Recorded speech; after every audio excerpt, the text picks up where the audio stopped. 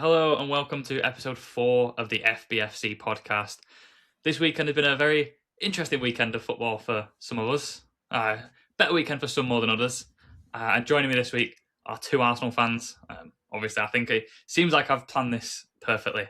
To one side of me is Kieran, back again, back after another Arsenal loss. How are we? Yeah, I mean, I kind of touched on it in last week's episode. Ever since we started this podcast, Arsenal have not won a league game.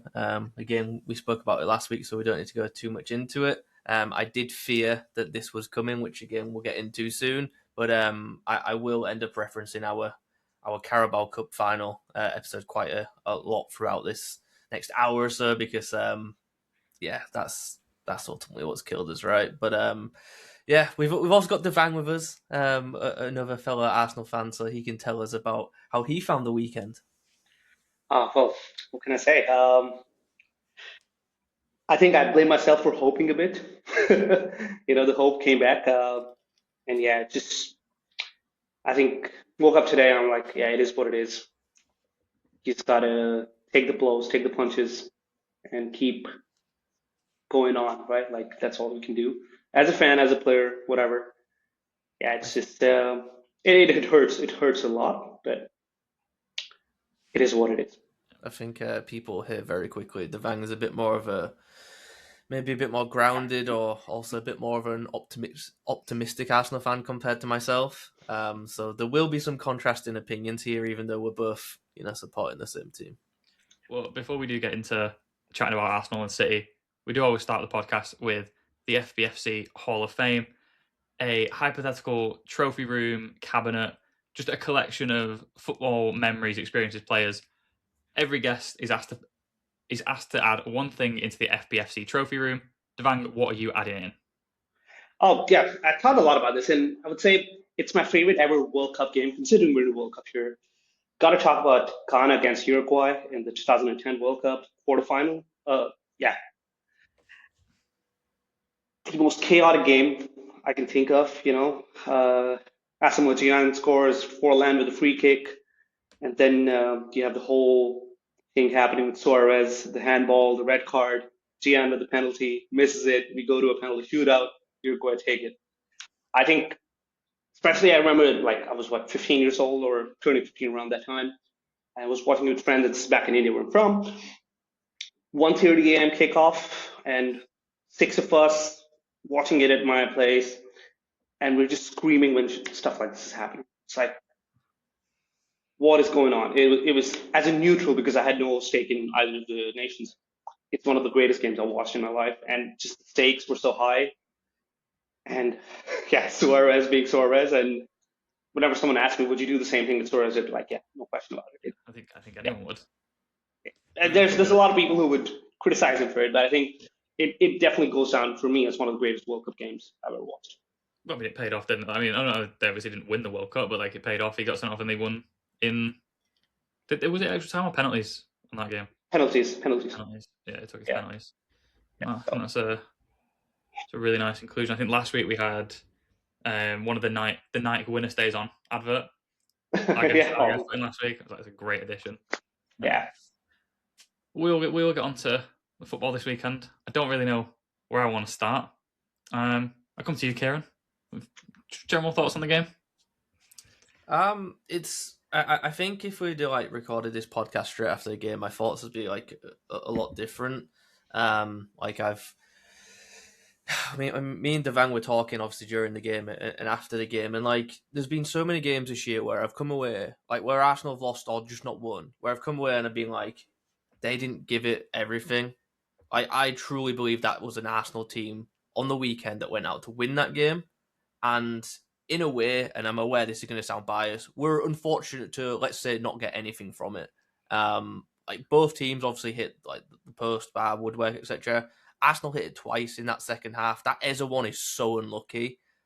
On another day, if the luck's with you, that goes in right and you get something from the game. Obviously, City are very good. They're relentless. It's what they're known for. And I think all we saw on the weekend was two teams that they both went to win it, but the difference was City have got the winners in the team already, and you kind of just that was the tiny bit of difference between the two sides. So although full-time whistleblowers, I'm angry. My girlfriend comes home and like she knows when Arsenal lose not to speak to me, which is always fun. But like upon reflection, like my anger isn't at that one game, and again, Devang will have heard this already. My anger then turns to why didn't we play like that against Bournemouth? Because if we play like that against Bournemouth, it's 5-0. The game is done in the first half.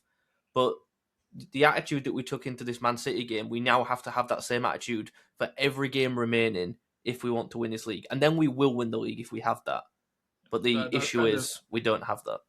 That was kind of my take from like an Arsenal perspective. Like that's the best I've seen Arsenal play all season because they actually attacked the game, played some really nice football, and it wasn't just we're going to try and win a corner and try and score from that. It was you took the game to us. Okay, you got beat, but that was probably the best chance you had at getting a result. I think if you sat back and played for a 1-0 and like tried to counter, we would have battered you. Like we've seen that in previous seasons. I think the treble season, you playing for corners, you sitting back very deep. We hit you early and put 4 past you. But I think this is the best I've seen Arsenal play pretty much all season. I don't know. I presume you think the same, Devang? It's kind of similar. Sort of similar. I think about like sitting back and attacking. I feel like we actually had some of our best chances when I wouldn't say sitting back, but we were kind of very compact in defense.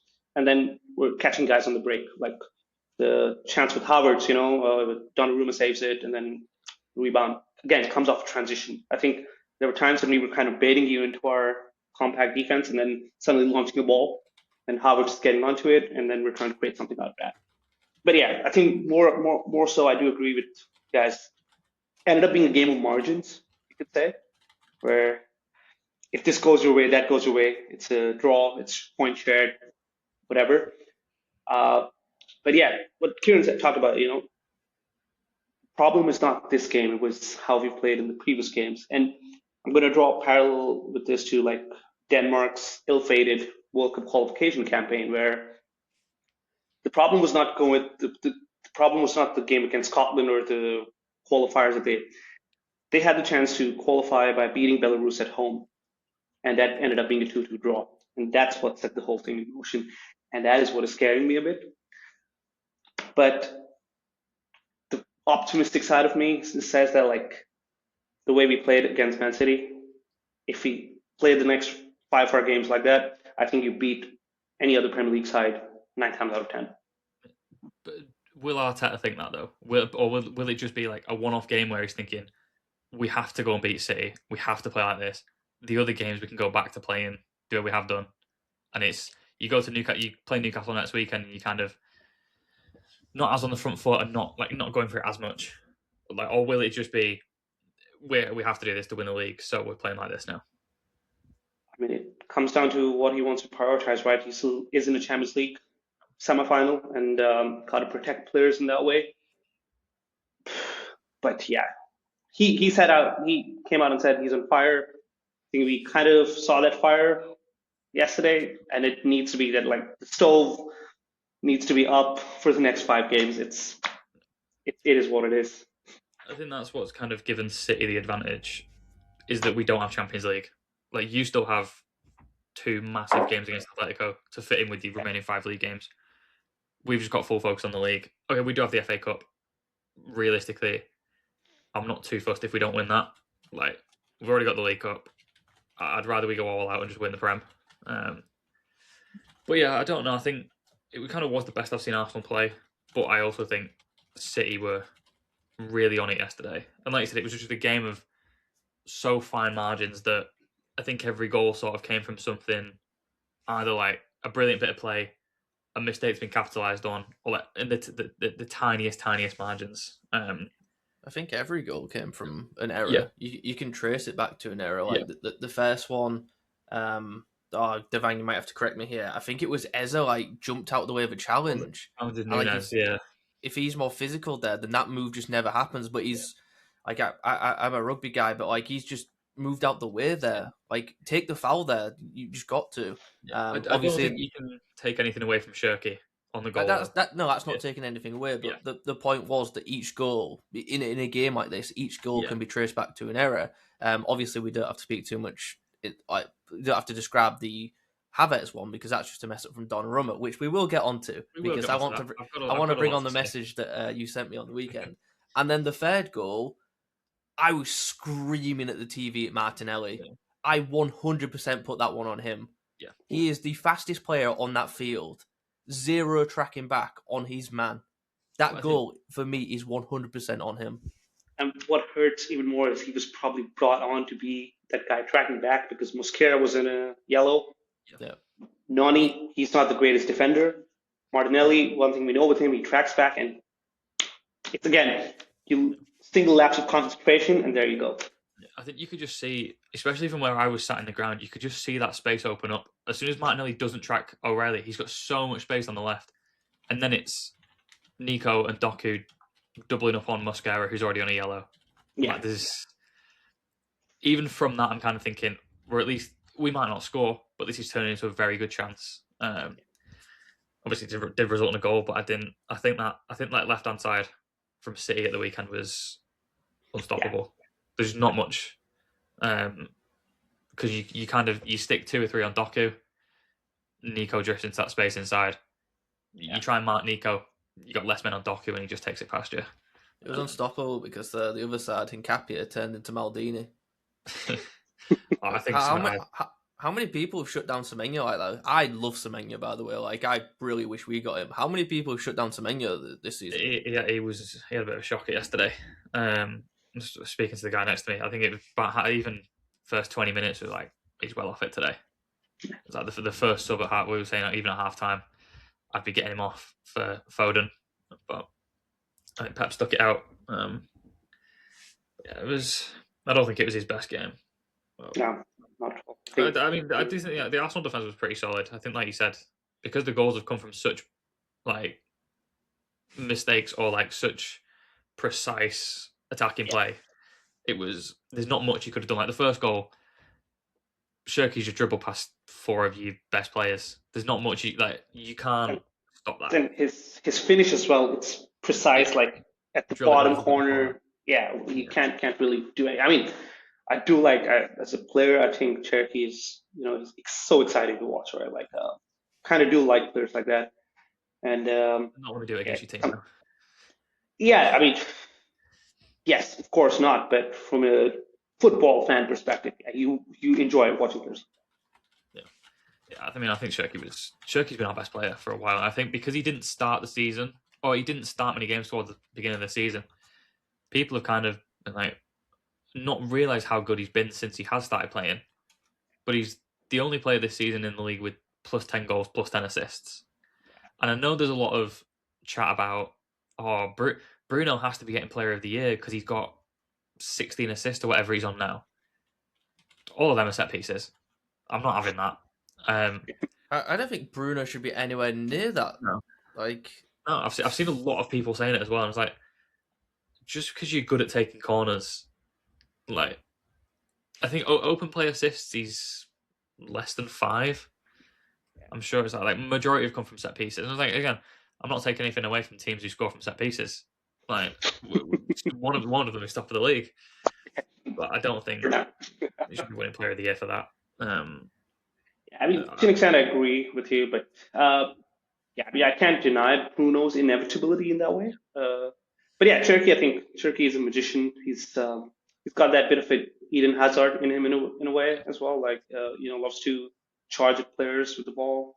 Also with his fitness, loves burger like Eden Hazard does. I think it kind of gets to this point in the season with City, and it's like Pep's decided on his team now. The start of the season, it was kind of a bit of a mix, and like trying to figure out who's playing where. Like Reinders was playing some games, Savinho was starting some games. Now it's like the crunch time. It's like this is the 11 we're sticking with. Yeah. If you make a mistake, you're out. But I don't think he'll do that with Donnarumma. I think Donnarumma will stay in the team, unfortunately. But I think the rest of the team, like, we might see Semenyo get dropped next week because he didn't have a great game. But I think that spine of the team, the back 4, I'd imagine, would stay the same. Like Nico, Kusanov, Guehi, Nunes.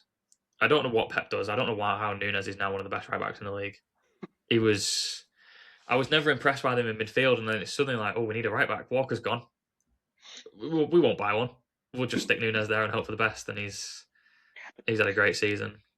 He's done that with a lot of these midfielder slash fullback hybrids, right? Like I remember Fabian Delph was brought in as a midfielder, started playing. Yeah, Uh, 100-point season, and we've done it with Delph at left back.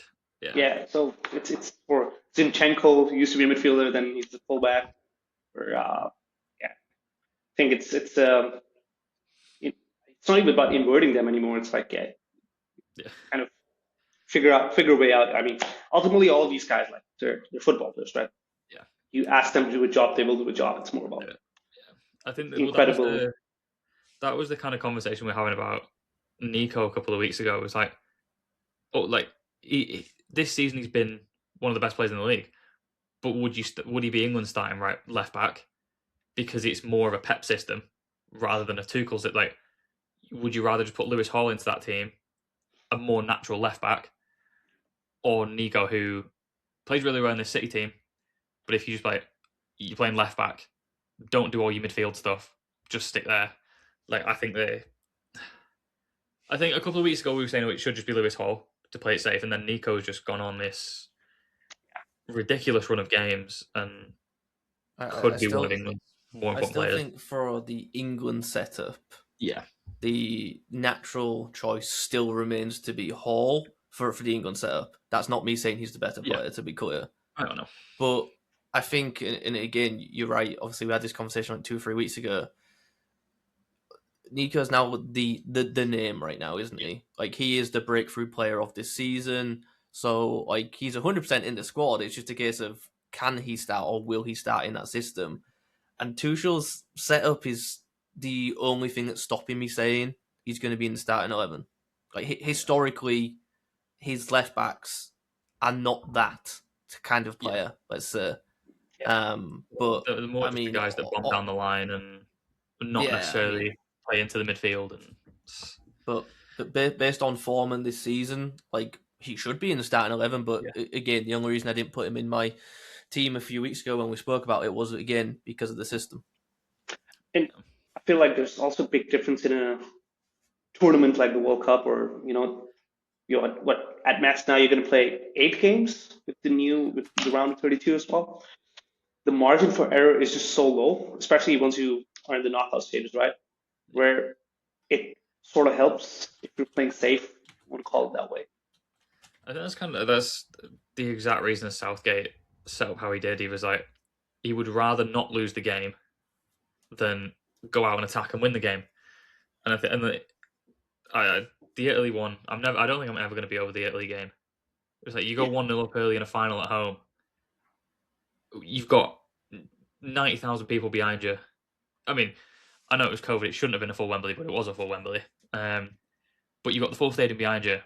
You've then got 80 minutes. We should have just acted on that and not sat back and let Italy equalise and lose on penalties to an Italy team that hasn't and won't play in a World Cup for the last 20 years. Or last 15 years, whatever it is. 2014 was the last time they were in the World Cup, right? I think so. Yeah, and they only. But they didn't make. I think 2006 was the last time they played a knockout game. Yeah, and it was the final that they won. Their last win in a World Cup game is actually also against England somehow. So. Oh yeah, in the group stages where we both got knocked out in the groups. Yeah. It's just a bit of a coincidence that as soon as Donnarumma becomes Italy's starting keeper, they don't make a World Cup. Let's get on to this, right? Dan is not a Donnarumma fan. I'm really not. That Dan has for a long time been pushing the Trafford narrative. So it'll be nice to hear your take on this, Devan. We'll get on to the error and the goal. Even though I think Donnarumma, although he made an error for the goal, he 100% made up for it with some really big stops. Which, by the way, so Havertz scores a goal. Dan messages me going, "Oh, I can't believe this, blah, blah, blah. He's got to go, Trafford, etc." And I replied to him saying, "I guarantee you he makes up for that save in the second half." Exactly that happened. I think he more than made up for it. But yeah, like some ridiculous stops. But Devan, what's your take on the whole Donnarumma Trafford? I mean, obviously the situation's just a bit pick Trafford, but who was your keeper between them two if you were picking? It's a weird one, right? Like Donnarumma is a keeper of the bygone era, if you want to call it. He's not the greatest with the speed. Let's be honest about that. This guy shows up in the big moments. He will stop. It's somehow like he relishes playing in those big games, and that's a mental thing, right? I can't say the same about James Trafford yet because yeah, I mean he did very well against us in the Carabao Cup final as well. And yeah, he's definitely better with the ball at his feet. You know, he's part of that whole league system where you want to play with an identity. That's the one you want. But if you're in a big time final, right? Let's say a Euro final or a Champions League final, Champions League semi-final when he was at PSG against us, kind of saves he made. He's someone who relishes the big stage, and it's that conundrum that over there, right? Like as Kieran said, like yeah, he was at fault for that goal, no question about that. But then he made up for it with some incredible stops, and I think that's what you're getting with him. That's why we brought him in. It was more like, well, he's going to win you the Champions. I mean, he didn't this season. He actually cost us at Madrid. Not to bring it up, but they were like, he'll play in the big games. He'll win you the big games. It's like, I understand that, and he has made some ridiculous saves for us this season. In his first game, I think his first game was the Manchester derby. Yeah, he made like an outrageous save against Mbeumo. He's volleyed it to the far corner. He just put a hand out and saved it like it was nothing. But he has made countless mistakes this season that people just don't really, because they're not like the one yesterday. They're super obvious. A lot of it kind of comes from his inability to catch the ball for me, and which as a goalkeeper it seems very strange. For that his size, as well. Yeah, exactly. And he loves to punch it. I was like, that's just not. In some situations, fine. Like I'm sure against Arsenal, just getting the ball out of the box and not risking catching it. But I think it was West Ham when we dropped points. I think it was him. He's been beat in the air. He's 6'6". Like he's gone up to get the ball and he's missed it. Mavropanos has scored. But I'm just never filled with confidence, and I don't think that's because I've been watching City play out from the back for the last 10 years with Pep, and it's like I expect my goalkeeper to be able to play the ball. He's great with it at his feet. It's like we were spoiled with Ederson. Goalkeeping wise, maybe not. Like I can accept Ederson wasn't the best actually as a goalkeeper, and that's why people are very heavy on Donnarumma. Like we've got a keeper who can save the ball now. But Ederson was so good with his feet. It's like, and he was creating chances. Ederson was creating chances. He left with 7 assists in the Premier League, which for a goalkeeper is like ridiculous. Yeah. And it just feels like every time Donnarumma gets the ball at the back, the only option is to hoof it forward. And like, great, we've got Haaland up there. He's effectively a target striker, but we're not guaranteed to keep the ball. Whereas at Trafford, it's kind of like we'll pass out from the back and we'll keep the ball for the next 5 minutes. Every time the ball came back to Donnarumma yesterday, it was either play the very easy ball to centre back and get it straight back, or hoof it forward. We'll lose the ball and chance at that Arsenal are going to counter. It was like he did make up for it. Obviously, he made some really nice saves against Havertz. He also kind of was key in the goal as well, like releasing Nico and noticing he had the space. But yeah, I'm still not sold on him. And it's also his first season with City, right? Yeah, and it's kind of like it was also supposed to be James Trafford's first season with City. Like we brought him in, we've promised you're going to be the first choice goalkeeper. 2 weeks later, sorry mate, Donnarumma's on a cheap. We're bringing him in. Like, I don't know.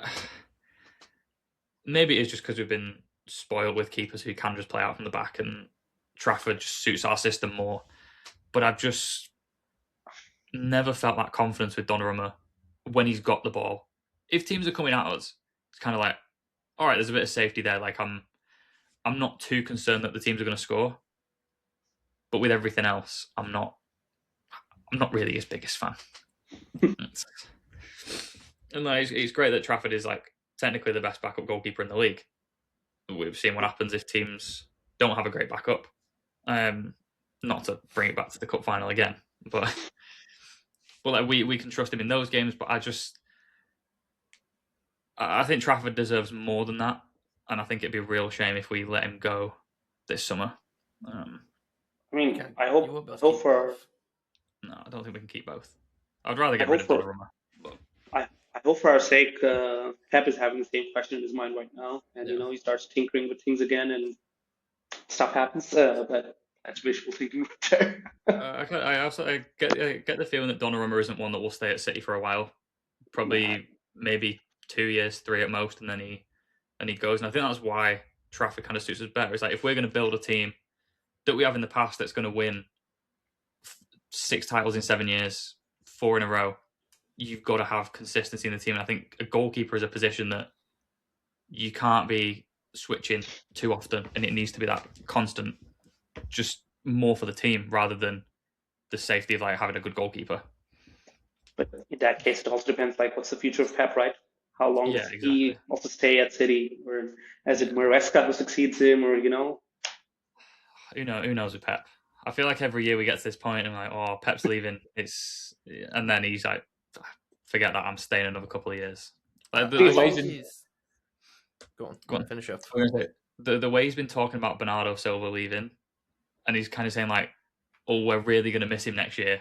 Like whether he's just talking as that as a City fan, it's like we're gonna miss him like as a team, or he's talking as himself. And like I'm gonna miss him at the team next year. I'm not sure. I'd imagine he does stay. I think he might have. If he was going to go, I think he would have said something by this point. But I I don't know. think I can't help but think he's waiting for a certain job or like certain things to align for him to leave because ultimately he's done everything he can at Man City. Like it sounds weird. Even winning another treble now, it's cool, but it doesn't do that much for him because he's already done it. Yeah, Like he's dominated English football now for feels like my whole life. I think the only place where he didn't dominate was actually in Germany, which sounds bizarre because he was at yeah, Bayern Munich. I'd win the Bundesliga at Bayern Munich. He didn't win the Champions League there. My thought is he's waiting to go back to Barca, but he's waiting for the right circumstances to fall first because yeah, Barca are currently a mess on and off the pitch. I know they're still winning. It's obviously a weird league, but it's still messy over there, right? yeah, I think he's waiting for a situation to come up where he can go back there. And until that situation arises, he'll just play it out, keeping doing 1-2 year extensions at Man City because he knows he's always going to compete in the Premier League. Like yeah, Man City are just going to pay whatever money to make sure he does. Like I mean, that's the reality of it. I don't think Man City fans will think I'm exaggerating there. Whatever he wants. Whether it's legal or not, they'll pay whatever it takes to compete. Barcelona can't do that anymore, Yeah, where historically, evidently, they did. So I think he's waiting for certain circumstances to come, certain stars to align. Let's say for him to make a return to Barca. I just don't see where else he could go. Going to PSG again, it's a Bayern Munich situation. Does absolutely nothing for your career. Zero. Could he go to Italy? Maybe, but what's the point? I mean, I think so. you're talking about circumstances aligning. I feel like it's not even just about being Barcelona coach. Maybe that's what he's looking at. Maybe he wants to be Barcelona president at some point in time. It's something I can clearly see him doing. I I mean, just I don't see what other jobs he would be up for. Like, there's realistically nothing. I don't think he would take the Spain job. Like, just because he's I not going to take the job. No, he's a manager. Like I yeah, see international like guys not as managers but as coaches. You have these guys for what 10 weeks of the year, if that. It's not even 10 solid weeks. You're not managing them at that point. You're just trying to coach them into a tournament. yeah. Which No, again, people might not like that wording, but that's how it is. I think Pep wants to be involved in everything. yeah, I think like you said, Barca is probably the only realistic option for him if he does leave City. And I think if not, once he leaves City, I think he calls it a day because what else is there for him to do? Like you said, okay, he's not managing France. You're going to wrap up the league title by March, and then maybe a Champions League, but it's not. I think his big thing when he came to City was like, City haven't won the Champions League. He's going to be the one to do it. PSG have won the Champions League now. It's not going to be seen as like this big achievement if PSG win the Champions League because they've already done it. They look like maybe going to do it again this year. And then if he doesn't win it, it looks bad on him. So like you said, yeah, I think Barca's probably the only job I would see him leaving City for. I just don't know who we would bring in, and I'm scared for whatever happens when he does leave. That's the problem with like managers right now. Like the question keeps getting posed to Arsenal fans of like, if Arteta doesn't win anything this year, do you keep him? And I've maintained my answer is yes, because who else would you bring in? It's not a case of I don't want anyone else, because if ultimately Arteta can't get us over the line, then we should be looking. But right now, I truly believe Arteta is the second best manager in the world. And like the stats of the past few years back that up actually quite nicely, with the amount of games he's won, with the goals he scored, even though we're a set piece team. Like the stats back that up. There's only one manager who I would want over Arteta in that job right now, and unfortunately he's managing the team who are going to probably pip us to the title right now. So you're right. There's no, let's call them known elite managers currently in world football, or at least not many. I think even like that are currently managing that won't even leave. Like there's not too many top tier managers in general. I would imagine. Like I think Company will get there. Like, obviously, he just wrapped up his second league title at Bayern. Again, it is only Bayern, but he is a very good manager. But I can't see him leaving anytime soon. And anywhere else, like I can't really think of someone who you would put on the same level as like your Pep, your Jose's, your Wenger's, your Ferguson's that's currently managing. We all kind of grew up in an era where the elite managers, there was loads of them in Serie A. I think we're all kind of in that like same age bracket, right? Where Inter, Juve, AC all had elite managers for like this stretch. Yeah, it's gone. It's gone. Yeah. I also feel it's just how football's changed in a way, right? Like so many clubs are not hiring managers to projects. They're hiring them for short terms. We got to deliver on these goals. That's it. Call it the Roman Abramovich model of managers and what you want to do with it, right? Think of the longest tenured managers in the Premier League right now. Pep, and maybe Arteta after him. I can't think of any. Second. Yeah. So it becomes the question of like, what do you want to do with that? And just to about cares like, if the only person I would take at Arsenal, and that is again if he's available, which he's not going to be available, is Luis Enrique. I think he's the only one I can think of like who maybe can add that extra bit which we need. But again, this is again a hypothetical over here. I don't know what Luis Enrique comes and does in the Premier League.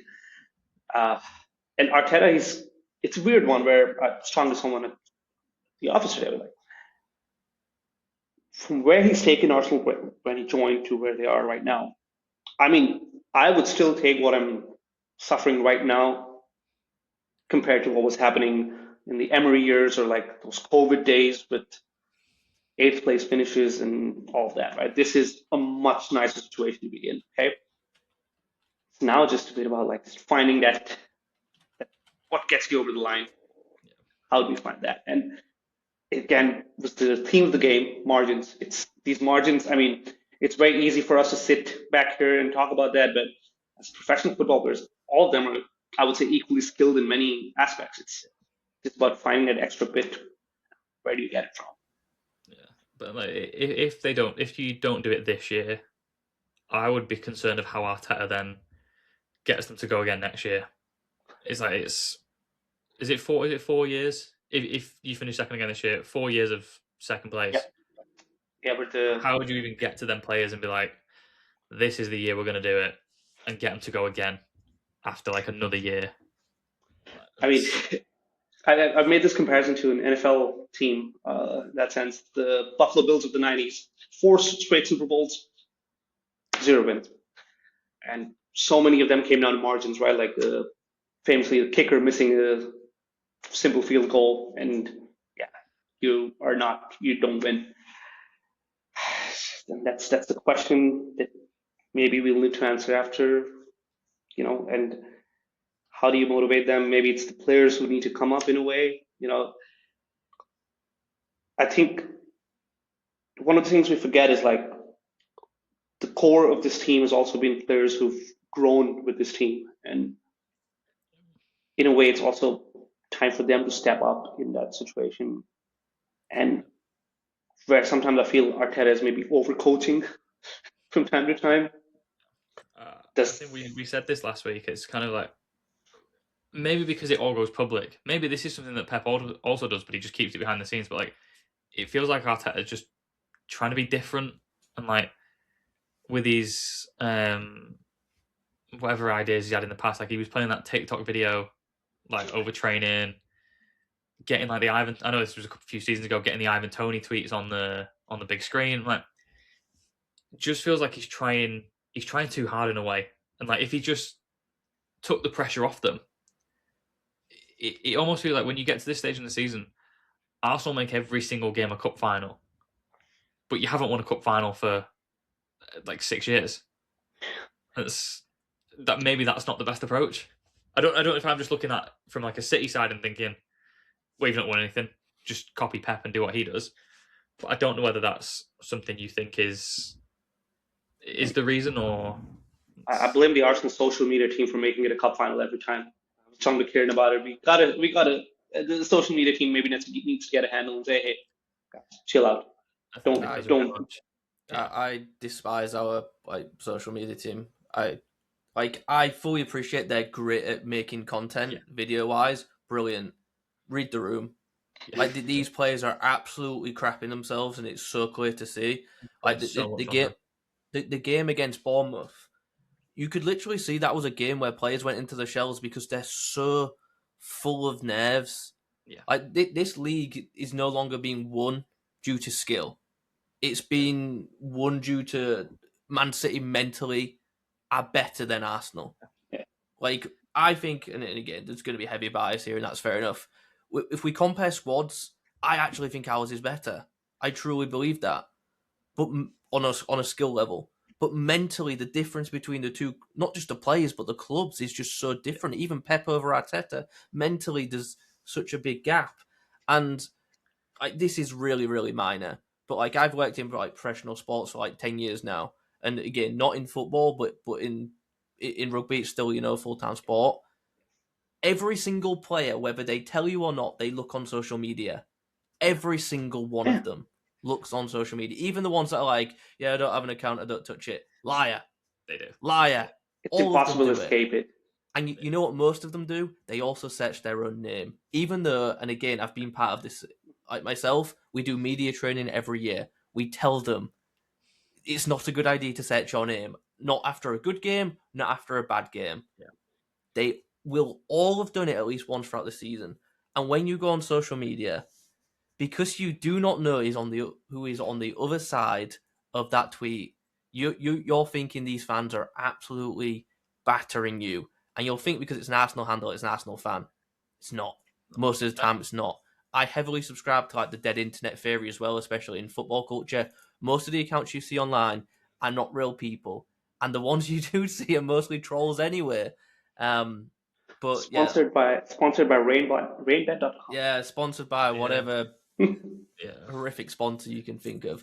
But back to the point about like that was just a really well-winded comment about like these players will check social media. They're seeing these Arsenal hype videos, which can work in like a vacuum, but when you're seeing it come out from your own club, this pressure that the own club is putting on them, I'm like, what is going on here? You're like we've already said, we're making every single game a cup final ourselves when it does not need to be. It does now. Like now every game has to be a cup final. But previously, like the Bournemouth game, it's insane. And this kind of pressure, it can come from the outside, and it should come from the outside media. It shouldn't come internally from your own club. And that is exactly what the Arsenal media team right now is doing. And again, when we're talking about like the mental level of the players, it's having an effect. I'm not saying that's the reason we're not going to win the league by any means, but is it having an effect? 100%. Yeah, and I think that's something that City don't really do. It's like you'll see it at the end of the season. We'll put together some really nice content and like how we've done it, but I don't think even if we do this stuff internally, it never reaches the outside. Like if Pep is there like playing videos in training and doing whatever he wants to hype up the players. We won't let that get out because I think we know what it'll cause, and like as soon as anyone online gets that, you just see the amount of pressure it puts on the players and the traction it gets. Maybe it comes down to the fact that you guys don't get that much engagement. Maybe. we have not got any fans, have we? So there's no on the team. There really is a level of like that as well. Like Arsenal, I can't imagine there's many sports teams on the planet that have been talked about more than Arsenal in the past few years. And like obviously, finishing second is only going to add to that. But like, I mean, again, I don't even think this is a biased comment. I would bet probably everything I have. No team is spoken more about in the same way as Arsenal are on Sky News in the UK. We are hammered for every little thing. Like every other day, there's an Arsenal comment. There was a thing the other day about like BBC were reporting on a game, and somehow Arsenal come up. Like it's not relevant to the game, is it? But you bring it up because of exactly what's happening right now. We're talking about it. They know why they're doing it. Like it'll get the engagement. Yeah. Again, I've said the word bias so many times. I mean, Arsenal are massive. We are so big. Like, I do think... Go on, sorry. Just saying, like, it also comes down to a lot of our fans who are like, maybe we're engaging so much that it's an easy stick to kind of throw, right? And the Wolves will come down, they'll come running, and yes, you get those clicks, especially in like Elon Musk's Twitter. You want the engagement. You don't want proper conversation. You just want engagement. So that's why rage baiting is so popular now, right? I think that's what it comes down to. Like, you're gonna get these pages are gonna get the most views by making a comment about Arsenal, because not only because rival fans are gonna jump on that. If someone posts a stat about Arsenal set pieces or something like that, rival fans are gonna get on that. Arsenal fans are also gonna get on that defending them.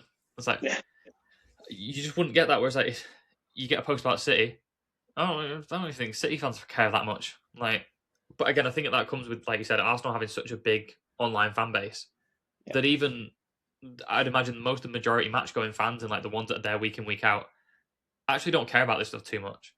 But because there's so many online that are, like their whole presence is driven by them personally getting engagement. Like, if we interact with this, it'll be good engagement.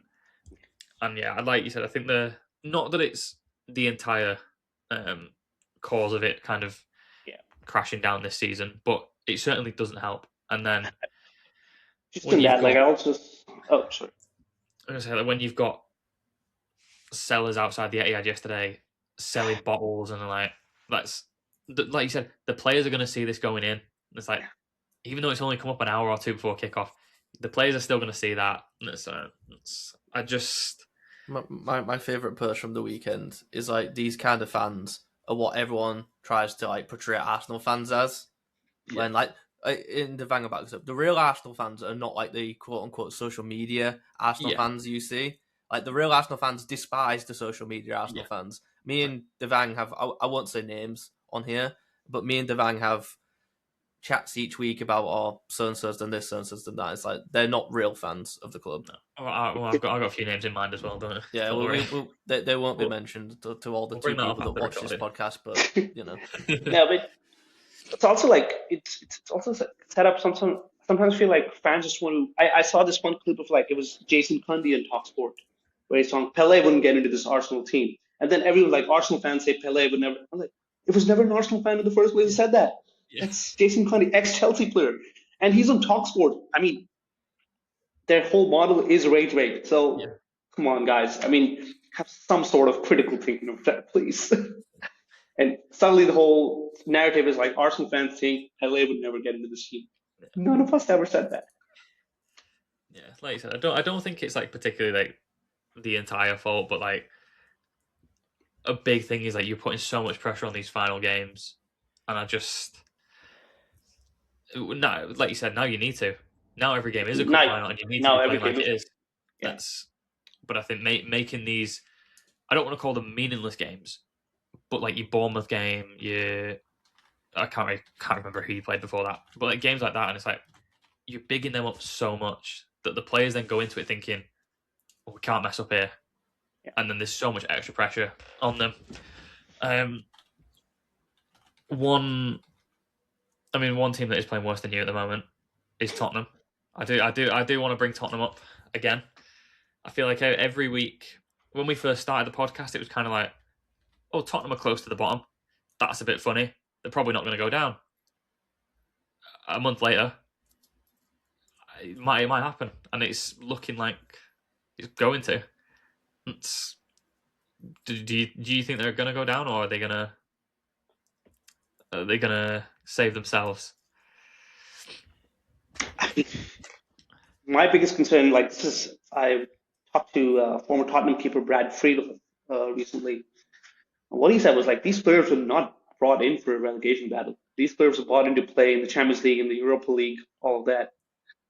They do not have the being in a relegation scrap and being, competing in those bigger tournaments. It's very different mentalities, and that's his biggest fear with this team. It's like, Xavi Simons is not a guy who's gonna.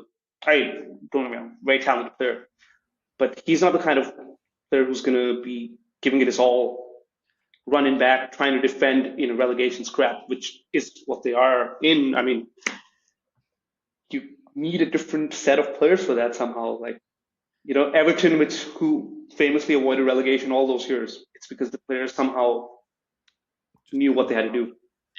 Yeah. And I know Kieran's thoughts on this, but I do want to get your take on it.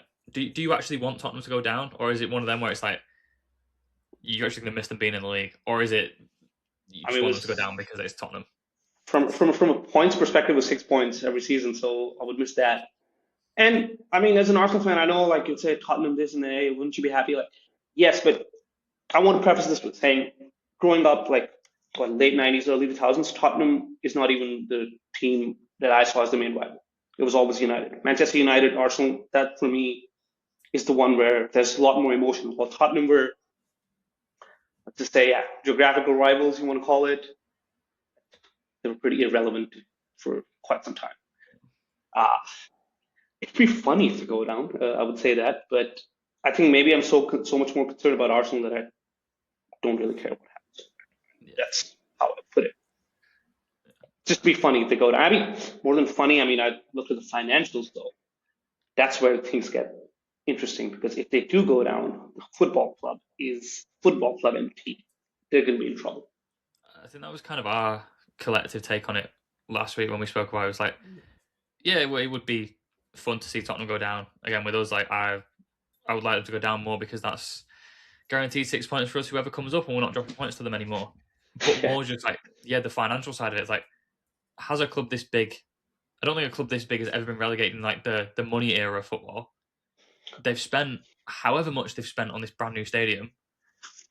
Players are not gonna want to pay the players the same in the Championship, and I don't think it's going to be as simple as, all right, they're good enough, they're going to come straight back up. I think they'll struggle if they go down.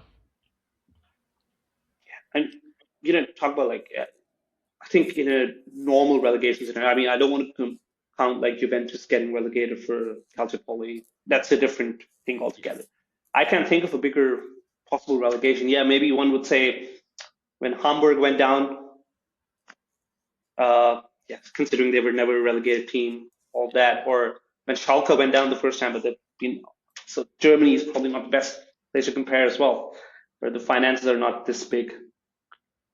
I think one of the issues is like there's like so many like historical relegations, right? Like Leeds dropping out and like they were gone for a while, right? Newcastle dropped out not actually that long ago. Even West Ham went down. Like a lot of these relegations and even some of the ones you've mentioned, a lot of them come down to like other issues where it's like it's not just them being bad at football. It's like off the field, there's got no money. That they've had to sell everyone.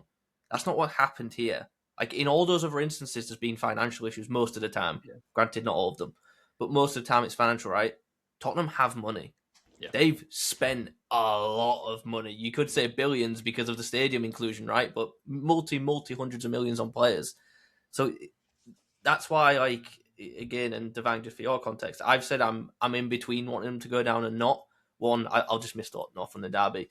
But I kind of want them to go down, not from a Tottenham hater point of view, but purely because I'm a football nerd And I just want to see what happens when a big club like this goes down in the money era. Like, how does that translate? They've got big debt, with obviously the signings and the stadium. These players will not stay. We know they do not care about Tottenham, and I don't think Tottenham fans will disagree with that. They probably see that more than we do. They're like, these players do not care for the club. So it really is just fascinating to see.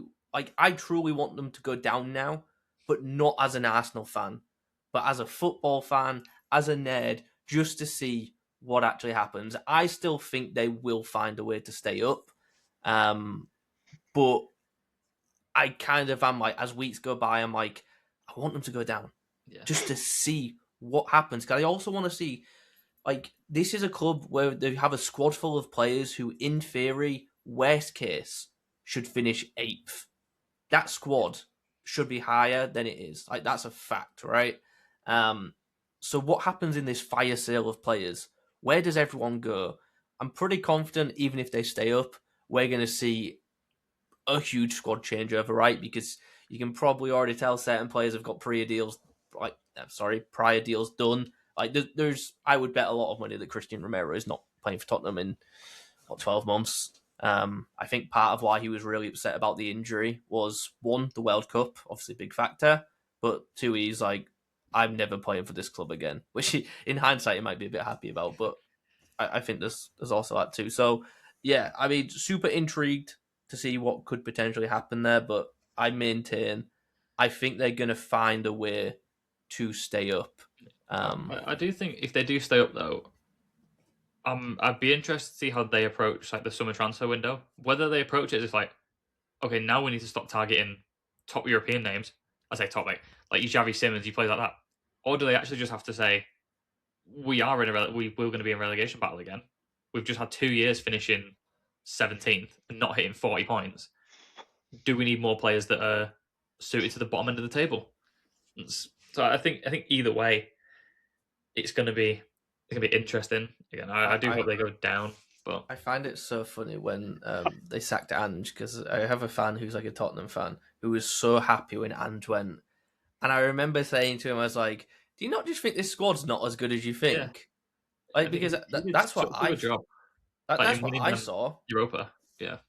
I saw a really weak squad that got very fortunate in a European competition, which ultimately teams, not all of them go out of their way to win. Like, historically, so many teams have dropped out to the Champions League, instantly become favourites for the Europa League, and they don't care. Yeah. They're not bothered.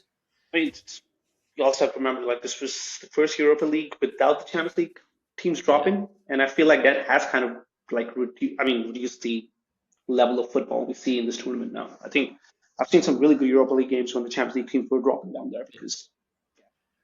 I kind of think that I do prefer that now there's no Champions League teams in it. I think it just adds to it because you would say, I think it was Sevilla won it 3 years back to back, and every year they've dropped out of the Champions League. Like, you discrediting everyone who's actually earned a place in the Europa. If it's someone who finishes like mid-table Premier League, they suddenly go on a bit of a run. We've got a European campaign next year. Oh, actually, yeah, we're playing a Champions League team in our first knockout round. Like, I think it discredits a bit. So I quite like the fact that there's no more Champions League teams in it. But it's fair enough. I mean, I think, I feel like I don't watch Europa League football enough now. I guess one of the reasons on the games and like which one do you want to watch. Like, I'm sure when you're watching the games, it's like, all right, yeah, United are now in this. Like, Sevilla have dropped down. You got some big names. Yeah, you're not going to tune into.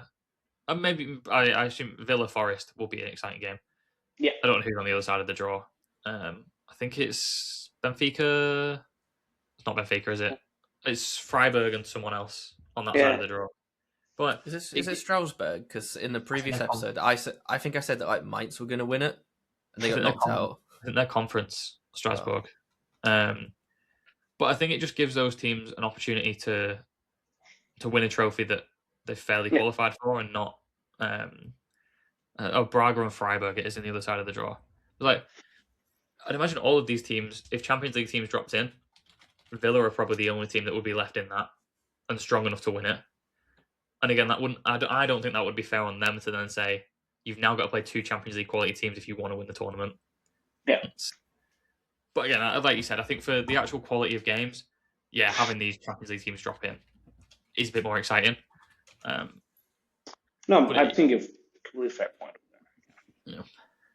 But I think if you're a fan of those teams that are now in the semi-finals, you're like, we've got Yeah. a very good chance of winning a European trophy. I think we'll finish on Champions League. Obviously, Arsenal are still, despite the sudden drop off in form, the only games you have been playing well in and winning. I say winning, you won one leg. Was the Sporting game. Doesn't mean you got a Champions League semi-final against an Atletico team that I don't think are that impressive. But I don't know what your thoughts are. Like, is this like? Are you think you're going to be in the Champions League final? I hope so. I'm not going to take anything for granted. And I know Athletic are not impressive in that sense, and we did have their number when we played them in the group stage. But I'm never going to count against like a Simeone-inspired team. That's one you cannot account for that factor. Is my point. It's like it goes back to kind of what I said earlier. By the way, you compare squads. I don't think anyone on the planet is going to say Atletico have a better squad than Arsenal. Yeah. Not even. I think if you went position, you're going to find very few positions where you take a Atletico player over an Arsenal player. Obviously, I think probably would take Julian Alvarez, but other than that, you'd probably take an Arsenal in every other role. Maybe a bit biased, maybe just one or two. Yeah, Alvarez, Griezmann, probably it. Maybe not even Griezmann. Griezmann's nowhere near it now. But anyway, back to my comment earlier about skill set versus mentality. Those Atletico players do not care. Yeah, they've got the mindset of Cole Palmer where they're just there's no pressure. They don't care. They're just going to fight for every ball, and they will kick you in the face while they do it as well. They weren't. So I did watch them this weekend. Wasn't impressed. They got beaten in the Copa del Rey final. Yeah, so I don't know if that's one of them where it's like they've lost a cup final now. Whether they're the team that's kind of that hits them for the rest of the season, or they can turn that into something like now we have to play the Champions League and win a trophy. But Simeone's only won one trophy with Atletico. He's won one league title in about 10 years. 2 league titles. 2 league titles, 10 years. Yeah, I was wrong. 1, 2. But I think cups and leagues, I don't think he's had that much success in. So I would be favouring Arsenal in this. But he's definitely favourites. I just don't think it's the easy. Yeah. I hate this whole narrative of like, Arsenal being given the easy side of the bracket. No, we haven't been given the easy side. We've been given the easier side. It's two very different things. You win a No one has ever won a Champions League by just walking it, right? No one has ever done that. You face the best of the best, and to quote a very cliche phrase, to beat the best, you have to beat the best, and you are doing that every single week. Are Sporting, a top 10 side in Europe? No. But they're within the top 20, 25, and they're in that position for a reason, because they've beaten some of the best teams. Yeah. So this whole narrative about it's an easy run is ridiculous. Atletico will be tough. Should we win? Sure, we should. But I think, it's just not going to be a fun tied to I think maybe it has potential for chaos is probably the thing. Yeah. Like it's either going to be 2-0 and we go to penalties, or it's going to be goals galore and 50 red cards. So there's chaos potential in these ties, I think is fair to say. In terms of the other side of the draw, teams who you could potentially play in the final if you win, who are you backing on that side? And Bayern will beat PSG. Yeah. I think. Yeah, it's. I mean, again, it's hard for me to go into this hypothetical until we don't play the first game against Atletico and see how we do, or just the first game we play now against Newcastle. Because now it's the mentality change that we need. But yeah, Bayern, I think they're better than PSG this year. I think they're incredibly in form. Harry Kane out there. Michael Olise, really love him as a player, such a good player. And then Luis Diaz, and you still got Joshua Kimmich over there. Yeah, I think I would probably fancy Bayern a bit more. Shout out Luis Diaz, who I picked over Vinicius Jr. in a previous episode, and people didn't like it. But look what happened. Who scored that night? I don't know if Devang will agree with this. I think Bayern get through to the final, and I would actually rather face Bayern in the final than I would PSG. I think our win earlier against them in the season actually really helps us a lot. Again, Yeah, coming back to that mental side of the whole yeah, thing. I also think PSG are a bit of like, it sounds weird, like a bit of an anomaly. I hope I'm pronouncing. I'm probably getting it Yeah. wrong, but like they're a bit of a freak team where they will just do something different. I think they're a bit of a unique side, and maybe it's because of like Ligue 1 is just such a like no one really cares about it if we're being honest in like the whole Like thing. But like realistically, they could do whatever they want, still win the league, and yeah, yeah. so you just don't know what you'll get from them in the Champions League, and I think that's why they won it the other year. I think they just like caught teams off guard, which is why again I back Bayern Munich over PSG this year. I think PSG just caught people off guard. yeah. I What think, really? Go on, sorry. yeah, I was gonna say, I think what helps PSG catch people off guard that way is like you've got that maverick gene in there, right? Like Dembele decides to show up, and then suddenly everyone looks like they've never played football before. It's one of those. It's it. I think Barcola or Doué can be like that too. So it's this, how to say, this match winner gene, you want to call it, right? Like Yeah. Mbappe is a bit like that. If he decides to show up like he did in the World Cup final, right? Didn't show up for 70 minutes, and then suddenly, what did we just watch? So there's that with PSG, and yeah, that's where I don't know if Bayern, like, yeah, you could say Olisa might be the guy like that. The one thing that PSG don't have anymore though is a Champions League winning goalkeeper that wins them big games. So who knows? Yeah, Maybe it is Bayern's to win. But I think that just about wraps up everything. Unless we've got anything else we want to cover, I think we're all good. No, I No, might take next week off just so Arsenal can win a game though. So if I'm not here next week, it's probably because Arsenal's won. we'll see. Well, thank you for listening to another episode of the FBFC podcast, and maybe we'll see Kieran next week. We'll see. Thank you for listening. We'll see you next week.